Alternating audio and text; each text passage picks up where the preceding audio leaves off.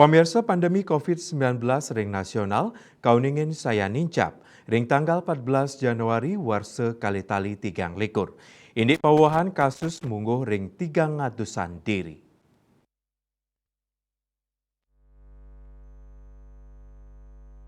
Pasien seda anyar ring nasional sangkanding COVID-19 kauningin tedun, saihang sarang arahina sedurungnyane, inggih punika kutus diri.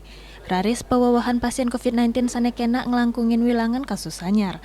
Wilangannyane kantos 500-an diri.